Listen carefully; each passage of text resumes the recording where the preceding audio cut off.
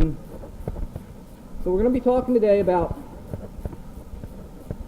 rational functions and rational expressions.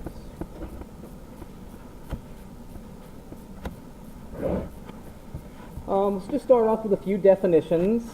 First, a rational expression,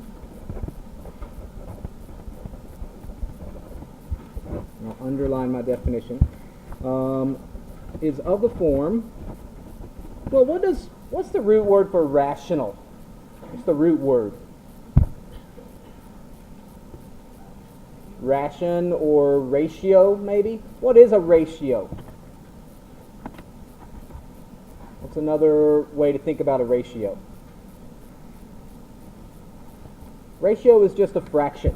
So a rational expression is really just a fraction of the form a over b, where a and b are polynomials. And then what do we have to make sure of when we talk about a fraction? What can never happen? Yeah, in this case, b cannot be equal to 0. Okay, remember, b here, though, is going to be some expression, some polynomial. And we'll look at some examples in a minute. Well, that's just a rational expression. A rational function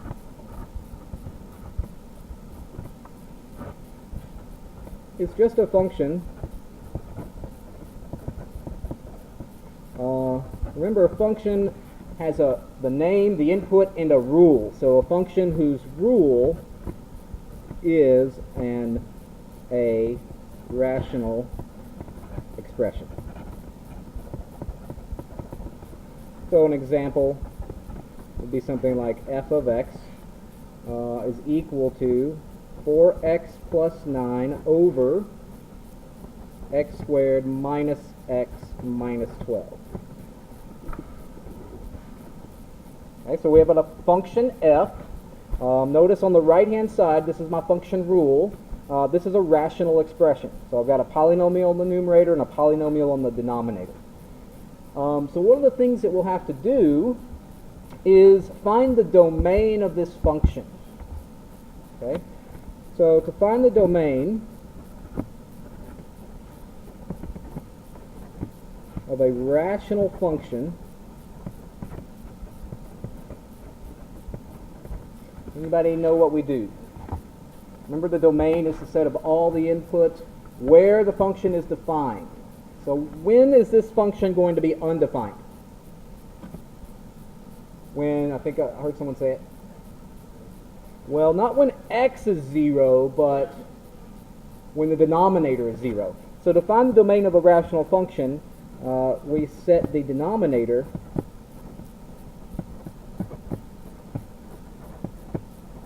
equal to 0 and solve. Okay, so in this case, the entire denominator is x squared minus x minus 12 is equal to 0. So this is a lot like what we did in the last section in chapter 5. How do we solve this thing?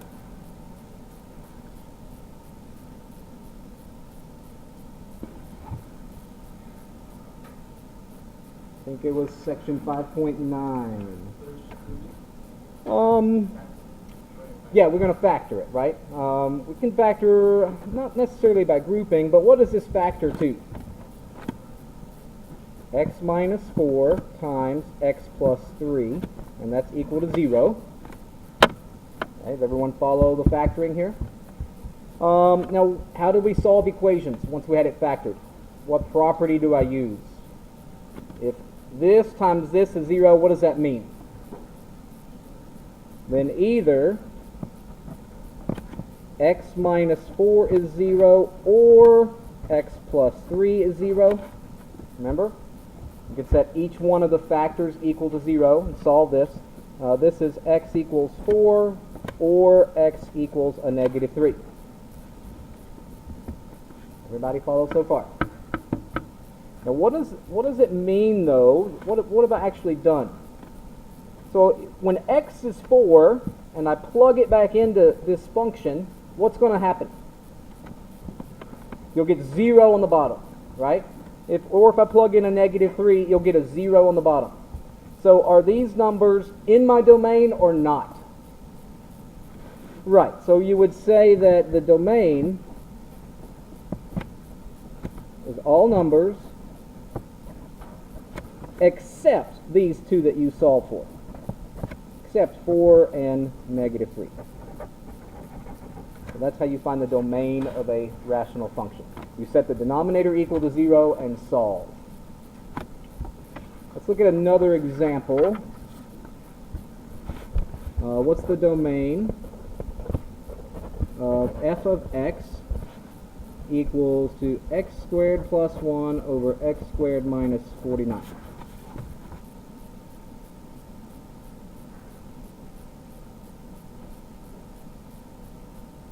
So set the denominator equal to 0. X squared minus 49 is equal to 0. This factors easily. What is that? The difference of squares, so we know that this is x minus 7 times x plus 7. So then we have x is equal to either a 7 or a -7. I skipped a little step there, but I set this guy equal to 0 and solved it to find x is 7. And I set this one equal to 0 and solved it to find x is a -7. So the domain is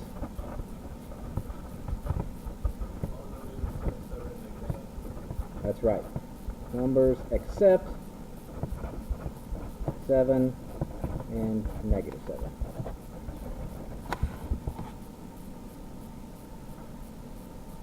Any questions?